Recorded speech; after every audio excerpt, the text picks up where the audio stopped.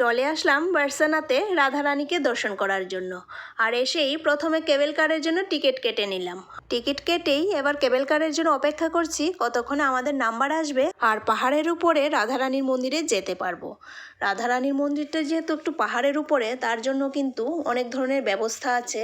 এই যে কেবল কারের ব্যবস্থা, তাছাড়া হাঁটার রাস্তাও আছে, তাছাড়া কিন্তু আবার বাইকের ব্যবস্থাও আছে।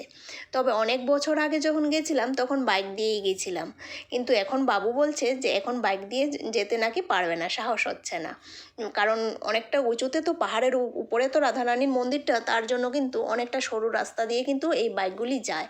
তবে রিস্ক আছে, কিন্তু অনেক স্পিডে ছাড়ে আরও পাহাড়ের উপর, তার জন্য কিন্তু বয়স্কদের জন্য একটু রিস্কই লাগছে।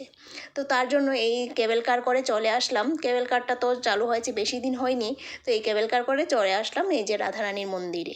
আর এই মন্দিরের সামনে এসে এত লোকের ভিড় দেখে প্রথমে তো মাথা ঘুরেই গেছিল, তারপর বুঝতে পারলাম যে এই ভিড়ের কারণটা কি। আসলে দুপুরে পুজোর পর যে মন্দির বন্ধ করেছিল, এখনও অবধি কিন্তু মন্দির খোলা হয়নি।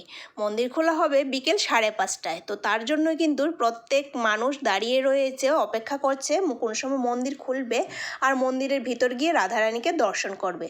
কিছু মানুষ তো দাঁড়াতে দাঁড়াতে ক্লান্ত হয়ে সেই জায়গাতেই বসে পড়েছে, আর কিছু মানুষ দাঁড়িয়ে দাঁড়িয়ে ভজন কীর্তন করছিল।